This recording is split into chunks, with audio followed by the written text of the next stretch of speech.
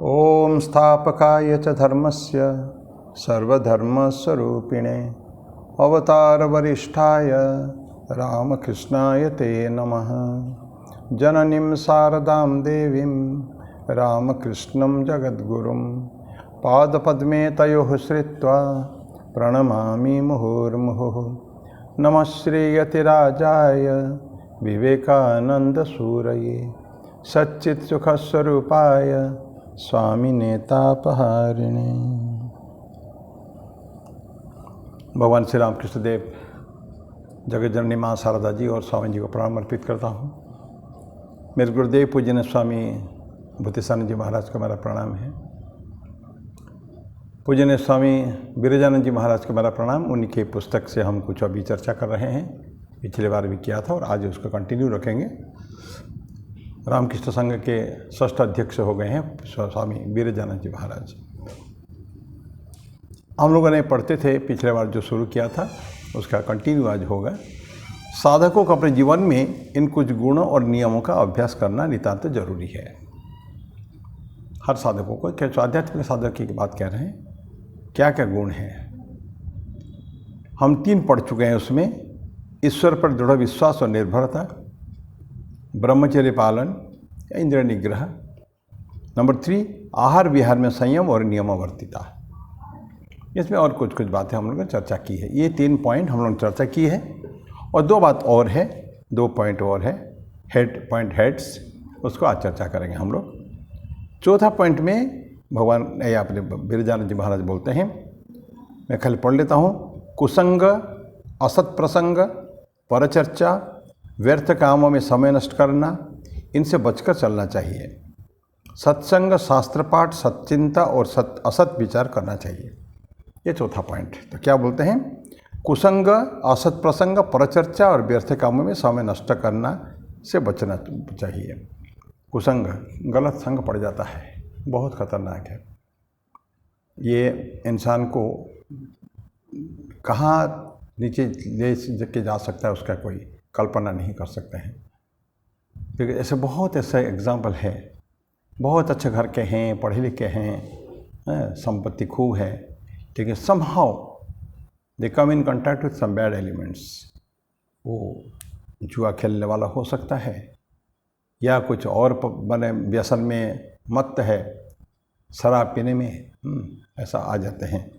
ऐसा कुसंग बहुत ख़राब है, हमारे दिशा को उल्टे डायरेक्शन में ले जाता है। वो हम आगे जाना चाहते हैं, स्लोली ऊपर उठना, तमस से ज्योति की तरफ जाना चाहते हैं। भगवान बुद्ध ने बोला था ना, जीवन की जो है गति, जन्म से लेकर मृत्यु तक की जो गति है, उस भाग में मनुष्य के 4 भाग में भगवान बुद्ध ने बांटा था।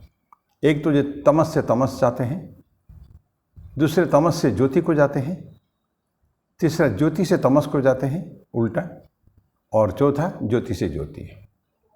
ऑफकोर्स ज्योति से ज्योति इस बहुत सुंदर है, क्योंकि अच्छे में जन्म जहाँ लिया वहीं रहा वो, और हमेशा अच्छा कल्चर रहा। लेकिन one of the best is from Tamas to ज्योति।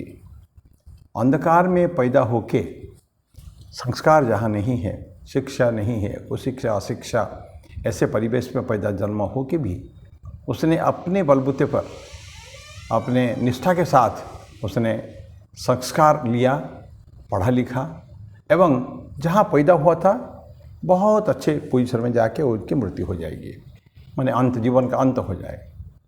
तो ये तमस से ज्योति भगवान बुद्ध ने बांटा था। तो लेकिन जो एक उसमें है ज्योति से तमस, that is the most dangerous thing. ये जो कुसंग जो है, it is because of that. ज्योति में पैदा हुआ, अच्छे संस्कारित मार्जित परिवार है, पढ़े लिखे हैं और संपन्न भी परिवार भी है, सब कुछ है, कहीं कमी नहीं है। Even the person concern must, वो भी बहुत अच्छा रहा होगा, लेकिन समहाउ कैसे भी करके किसी दुर्भाग्य के कारण उसको कुसंग लग गया है, गलत संग लग गया है। तो उससे बचना चाहिए। संग न होना अच्छा है, लेकिन कुसंग होना अच्छा ठीक नहीं है। असत प्रसंग, जो बातचीत, किसके ऊपर बातचीत करते हैं, हमारे कन्वर्सेशंस, हम डिस्कशंस हमारी जो चर्चा जो होती है आपस में, वार्तालाप होती है, उसमें हमको हमेशा सच्चिंतन करना चाहिए। रामकृष्ण देव बोले हैं, उस नरेंद्र एवं मास्टर महाशय की एक बार बात हो रही थी, कुछ ऐसे ही स्टूडेंट इनडिसिप्लिन के बारे में बात हो रही थी। ठाकुर ने उनको उड़ाना दे दिया। मास्टर महाशय को, वो थोड़ा सा एजेड थे, स्कूल के हेडमास्टर थे। नरेंद्र तब वो 18 साल की उम्र। तो मास्टर महाशय बोले ये गलत बात है, कोई माने केवल ईश्वरीय चर्चा के अलावा और कोई चर्चा करना नहीं चाहिए। फालतू बातें तो प्रश्न नहीं उठता, ईश्वर प्रसंग ही करना चाहिए, डिवाइन थॉट्स, उसी के ऊपर चर्चा करनी चाहिए। असत प्रसंग इसलिए, और गलत चिंता जो हमारे मकसद लक्ष्य नहीं जीवन के, उसके संबंधित कोई भी बातें वहाँ करना नहीं है, उसके ऊपर चर्चा नहीं करना। पर चर्चा दूसरे के बारे में, इसने ऐसा किया, उसने ऐसा किया, बस यही निंदा। कुछ लोग कहते हैं जीवन भर में पर निंदा पर चर्चा करते रहते हैं, सुना नहीं उसने क्या हुआ, बस यही फुसफुस कान फूसा ऐसे ही चलता रहता है। तो जो हमारे जिस व्यक्ति से कोई सरोकार नहीं है, कोई कांटेक्ट नहीं है, कोई आवश्यकता नहीं उसके बारे में बात करने की, क्यों बात करेंगे? तो उसको बोलते हैं कि पर चर्चा भी ना करें। व्यर्थ कामों में समय नष्ट करना, ये भी, जो काम क्या करना चाहिए जो हमारे जीवन के लिए आवश्यकता है, चाहे हमारा बिजनेस के लिए हो सकता है, लेकिन जहाँ बिजनेस अगर नहीं है, उसका काम समाप्त हो गया, तो हमको, अगर हम साधक हैं तो केवल डिवाइन थॉट्स में, तब जब ध्यान करेंगे, थोड़ा सा कुछ शास्त्र अध्ययन करेंगे, उसके बारे में हम आएंगे वो भी। ये सब चीज़ हमको करना चाहिए, अच्छी चीज़। व्यर्थ कामों में समय नष्ट नहीं करना, इनसे बचकर चलना चाहिए। तो करना क्या है? सत्संग। सत्संग इज़ ए वंडरफुल थिंग। हम भगवान कृष्ण भागवत में बोलते हैं, मुझे कोई चीज़, दान ध्यान, पढ़ा लिखा वो करना, जितनी सारे विधाएं हो सकती हैं, मेरे को कोई अच्छा नहीं लगता। सिर्फ हमको जहाँ कहाँ अच्छा लगता है? सत्संग। सत्संग जो है इंसान को, हमको बहुत बुरे से बुरे समय से भी बचा सकता है। उसके लिए कहानी बहुत सुंदर कहानियाँ हैं। तो बोलते हैं सत्संग, और सत्संग को भगवान कहते हैं कि ये मोर को सबसे प्यारा है। इसलिए भगवान कृष्ण नारद को कहते हैं, ना हम बसामि वैकुंठे योगिनाम हृदय न च मद्भक्ता यत्र गायन्ते तत्र तिष्ठामि नारद। मैं योगियों के हृदय नहीं बढ़ता है, मैं वैकुंठ भी नहीं वास करता। मैं कहाँ वास करता हूँ? जहाँ मेरे भक्त मेरा गुणगान करते हैं, मेरा भजन करते हैं, कीर्तन करते हैं, मैं वहाँ उपस्थित रहता हूँ। ये होता है। तो सत्संग में शास्त्र पाठ, तो उसका एक अलग विधा है। शास्त्र पढ़ना, शास्त्र बहुत आवश्यकता है हमारे कल्चर से जुड़ने के लिए। आजकल शास्त्र चर्चा बिल्कुल लोगों में, शास्त्र पाठ खत्म हो चुका है बिल्कुल। साधारण परिवार में शास्त्र पाठ नहीं होता है। बच्चों को जो कि सिखाना चाहिए राइट फ्रॉम इंसेप्शन, कि तुमको क्या क्या पढ़ना है, क्या क्या नहीं पढ़ना है, ऐसी चीज़ है। शास्त्र पाठ होना चाहिए। सच्चिंता, अच्छी, जहाँ भी बातें करेंगे बैठेंगे तो अच्छी बातें होनी चाहिए। और सत असत विचार, विवेक जिसको कहते हैं, अच्छा क्या है बुरा क्या है। ठाकुर बोलते थे ना, ईश्वर ही सत्य है, बाकी सब असत्य। तो ये जो सत्य और असत्य के विचार बताए, विवेक है। We will go for the best, not for something which is unwanted. उसके लिए नहीं। तो ये सत्य है, विवेक, अच्छा बुरे में भेद।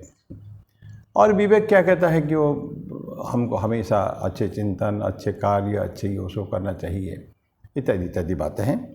तो ये हो रहा है पॉइंट नंबर 4 था। और 5 पॉइंट नंबर 5 क्या है? जीवन के उद्देश्य एवं आदर्श की ओर सदा लक्ष्य रहे। जो उद्देश्य, क्यों हम काहे के लिए आए हैं, संसार में आने का मकसद क्या है? जैसे eternal question, you know, who am I, where from I came, what is the purpose of my coming. मैं कौन हूँ, कहाँ से आए, मेरे माता पिता कौन है, मैं क्यों आया हूँ संसार में, क्या मैं उसका लक्ष्य प्राप्ति के लिए कुछ कर रहा हूँ ठीक ठीक, इत्यादि इत्यादि। तो जीवन में लक्ष्य हमेशा सामने रहना चाहिए। जो लक्ष्य सामने रहेगा, अगर गोल प्रति अगर बोझल हो गया और दृष्टि और चली गई कहीं, तो फिर डाइवर्जन कहीं भी हो सकता है। तो जीवन के उद्देश्य के प्रति, आदर्श के प्रति, क्या हमारा आदर्श है? ऐसे हमारे आदर्श अच्छे आइडियल्स, ठाकुर माँ स्वामी जी, उनके जीवन, उनके दर्शन, और बाकी संतों की वाणी।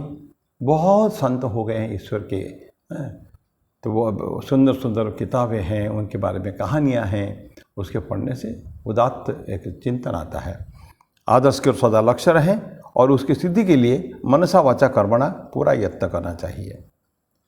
कि लक्ष्य को सिद्धि के लिए, लक्ष्य सिद्ध करना तो उसके लिए साधना चाहिए।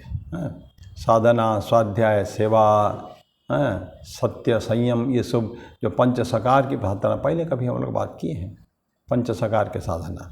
तो ये मनसा वाचा कर्मणा पूरा प्रयत्न करें उसके सिद्धि के लिए। मनसा वाचा का मन से भी चिंतन भी सुंदर होना चाहिए, वचन भी होना चाहिए, पवित्र वचन होना चाहिए। हमारे एक स्वामी रंगनाथानंद जी रामकृष्ण मठ के अध्यक्ष थे, 13th प्रेसिडेंट। वो बोलते थे जिह्वा हमारा जो है माँ सरस्वती का स्थान है, उससे कभी भी गलत एक शब्द भी नहीं निकलना चाहिए, अपशब्द नहीं। आशीर्वाद की वाणी निकलना चाहिए, अभिशाप की वाणी, अभिशाप की वाणी नहीं, गलत वाणी नहीं। तो ये बोलते कि मन से भी, और चिंतन भी कभी बुरा नहीं। स्वामी जी बोलते हैं कि you are what your thoughts are, so take care of your thoughts. मनसा वाचा वचन में और कर्मणा कर्म में भी। कर्म तो आउटवर्ड मैनिफेस्टेशन है, उसका केवल शो करता है, लेकिन अंदर अंदर बहुत कुछ चलता है, वो मनसा है। तो मनसा वाचा कर्मणा पूरा प्रयत्न करना चाहिए। असीम धैर्य और अध्यवसायपूर्वक साधन भजन करना चाहिए। धैर्य, पेशेंस। स्वामी जी बोलते हैं 3 P's to success. P English पे पी, प्यूरिटी पवित्रता, पेशेंस धीरज धैर्य, और प्यूरिटी पेशेंस परसिवियरेंस अध्यवसाय। करना, धीरज रखो, नहीं हो रहा सक्सेस, अभी सफलता नहीं मिल रही है, नो प्रॉब्लम, हम आगे कोशिश करेंगे। ऐसे बहुत उदाहरण हैं, लंबे बहुत समय लगा उसको प्राप्त करने के लिए, लेकिन लोगों ने डिगे नहीं, वेंट ऑन डूइंग, प्रैक्टिस करना। अध्यवसायपूर्वक होते धैर्य चाहिए, असीम धैर्य और अध्यवसायपूर्वक। कभी भी मैदान नहीं छोड़ना होता ना, उसके हाथ में पकड़े रखने का है।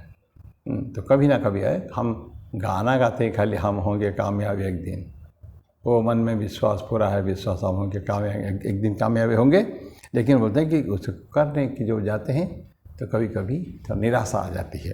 तो अध्यवसायपूर्वक साधन भजन करना चाहिए।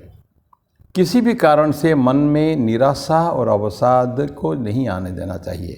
अवसाद दुख होता है ना, नहीं हुआ, थोड़ा सा डिसहार्टेंड हो जाते हैं, दिल टूट जाता है, निराशा नहीं।